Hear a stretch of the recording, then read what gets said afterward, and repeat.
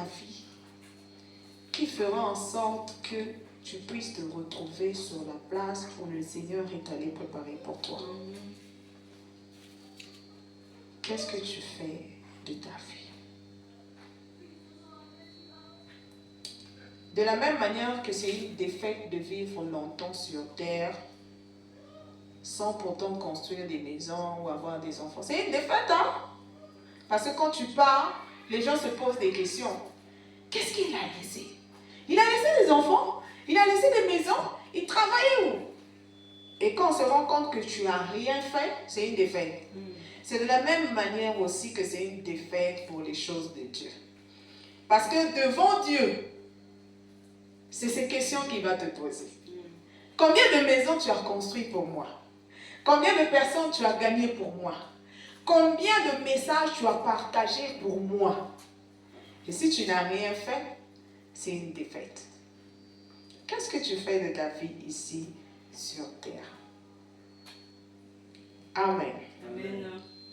Qu'est-ce que nous faisons de notre vie ici sur terre? Nous perdons parfois le temps à penser, à vouloir. Surtout nous qui nous considérons jeunes, bon, je vais appeler ça, qui avons l'apparence jeune. Nous sommes pressés maintenant, surtout maintenant, la période de maintenant, nous sommes pressés, nous voulons courir, avoir tout ce que les autres ont ou dépasser. Nous sommes concentrés sur ces choses que nous oublions qu'il y a un paradis à gagner. Nous oublions que il y a une autre âme à sauver. Nous la vendons même, cette âme-là. Nous la vendons. Nous préférons même que... Coupe pour toi même le doigt. L'essentiel que je puisse avoir l'argent. À cause du succès. Nous voyons ça aujourd'hui sur les réseaux sociaux, TikTok et tous ces trucs.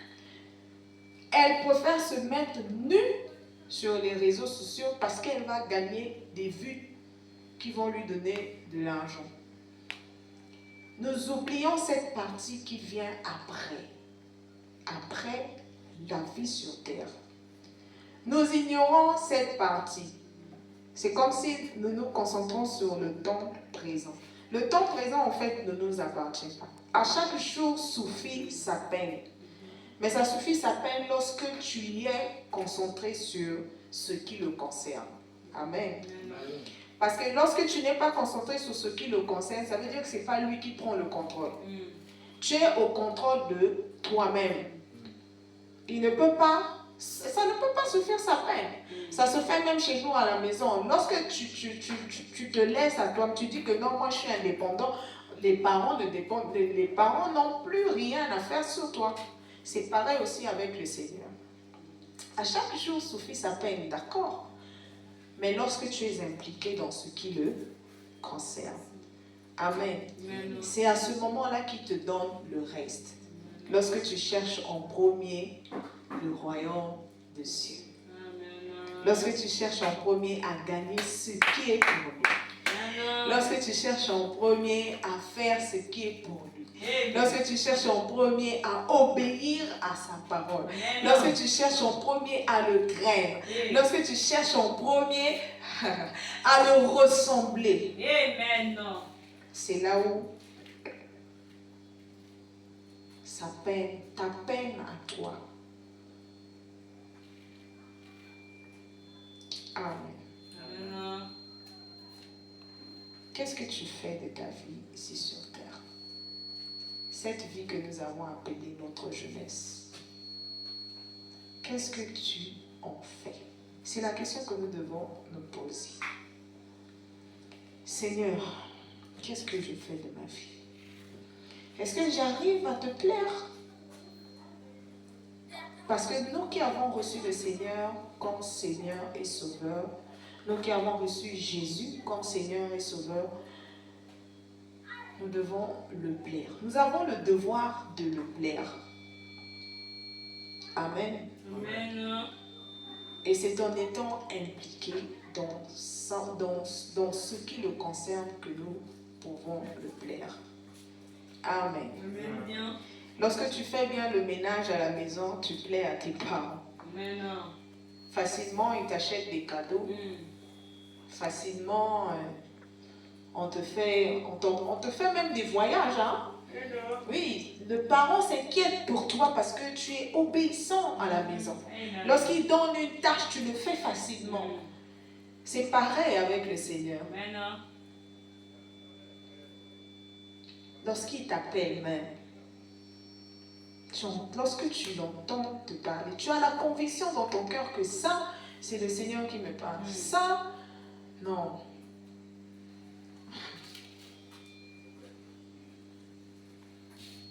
Qu'est-ce que nous faisons de notre vie ici sur terre?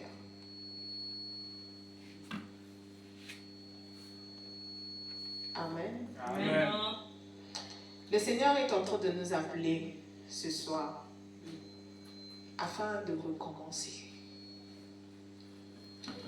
afin de revoir les bases.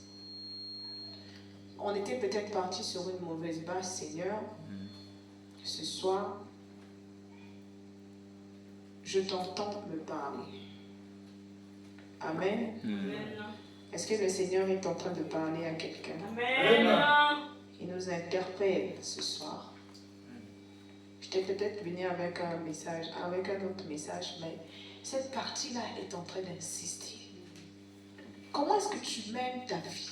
Cette jeunesse-là, comment est-ce que tu es en train de l'emmener? Est-ce que tu la concentres juste sur ce qu'il reste? Sache que si tu te concentres sur ce qui reste, tu resteras. Amen. Amen. Ce que le Seigneur veut, c'est que tu te retrouves à cette place. Il est allé préparer la place pour toi. Amen. Je suis sûre que la douleur qu'il a eue en nous voyant détruit lorsqu'il a quitté le ciel, parce qu'il était là, il regardait. Mais moi, ça m'arrive de faire la scène. Je dis, mais le Seigneur, il était sur son trône et il nous voyait ici-bas comment on était en train de souffrir dans le péché, dans la douleur, dans la pauvreté, dans tous ces trucs. Il a dit, non, non, non, non, non. Je laisse mon trône, il faudrait que moi-même je descende. Et parfois, ça nous arrive. Tu as tes enfants qui se bagarrent, tu dis, bon, non, car qu'on le tape un peu. Mais après, tu cours vite là pour venir séparer. C'est un peu la réaction qu'il a eue. Il vient, il te sauve. Il dit, ok, voilà ce livre de la loi que je mets devant toi, afin que lorsque tu es en train de rester, que tu la lises et que tu marches selon ce qui est écrit à l'intérieur. Je vais préparer une place pour toi, afin que là où je suis assis, que tu t'assoies aussi à ma droite. Amen. Mais imagine qu'il prend son mal à préparer cette place. Une place royale n'est pas facile à préparer. Nous voyons ça ici avec nos cérémonies lorsqu'on veut honorer, par exemple, les mariés. On fait la décoration, ça prend presque toute une journée. Mais après, tu n'es pas. Essaie de te mettre à la place du Seigneur. Parce qu'il a aussi les sentiments. La Bible dit que lorsque nous péchons, nous frustrons le Saint-Esprit. Le Saint-Esprit qui est le représentant du Seigneur dans nos vies. Ça veut dire que nous le frustrons. Rien que par notre manière de marcher ici-bas, nous le frustrons. Combien sera sa douleur lorsque tu ne vas pas te retrouver à la place où il a préparé pour toi? Amen. Amen. Le Seigneur nous interpelle dans cette place qu'il est allé préparer pour nous. Parce qu'il veut que toi, moi, nous puissions nous retrouver à cette place. Amen. Amen. Il ne veut pas voir les chaises vides comme nous voyons dans nos églises, qu'il y ait des chaises vides, non. Mais il veut voir tout le monde à sa place. Amen. Et cela dépend de nous, de l'objectif que nous devons atteindre. Amen. Si nous restons fixés sur l'objectif qui est de le suivre et d'arriver à cette place qu'il est allé préparer pour nous, rien ne va nous détourner. Amen. Amen. Alors, le vendredi, nous allons développer tout ce qui concerne l'implication qu'il faut dans sa présence. Amen. Amen. Amen. Amen.